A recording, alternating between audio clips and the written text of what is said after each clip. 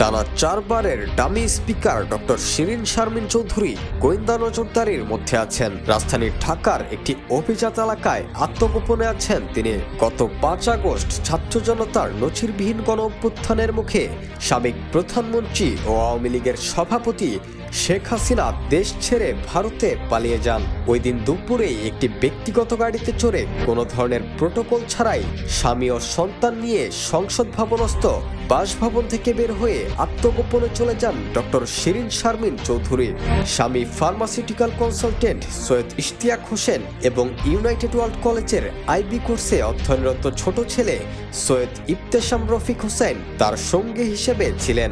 2 সন্তানের মা ডক্টর শিরিন শারমিনের বড় মেয়ে লামিশা শিরিন হোসেন যুক্তরাষ্ট্রে ফাইন্যান্সিয়াল অ্যানালিস্ট পদে চাকরি করছেন। বড় মেয়ে ছাড়া বাকি সবাই এক ছাদের নিচেই সার্বক্ষণিক গোয়েন্দা নজরদারিতেই আছেন বলে একাধিক সূত্র নিশ্চিত করেছে।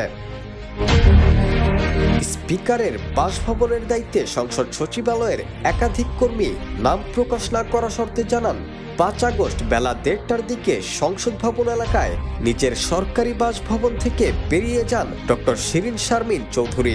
স্পিকারের জন্য বরাদ্দ গাড়িটিও ব্যবহার না করে একটি সাধারণ প্রাইভেট কারে সপরিবারে তড়িঘড়ি করে বের হন তিনি। গাড়িতে কয়েকটি লাগেজ ছিল বলে জানান স্পিকারের দেখভালের দায়িত্বে থাকা সংসদ সচিবালয়ের কর্মকর্তা ও কর্মচারীরা।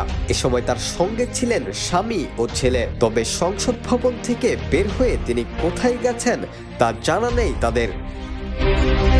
ধারণা করা হচ্ছে সাংবিধানিক জটিলতা থাকায় এখনই গ্রেপ্তার হচ্ছেন না শিরিন শারমিন।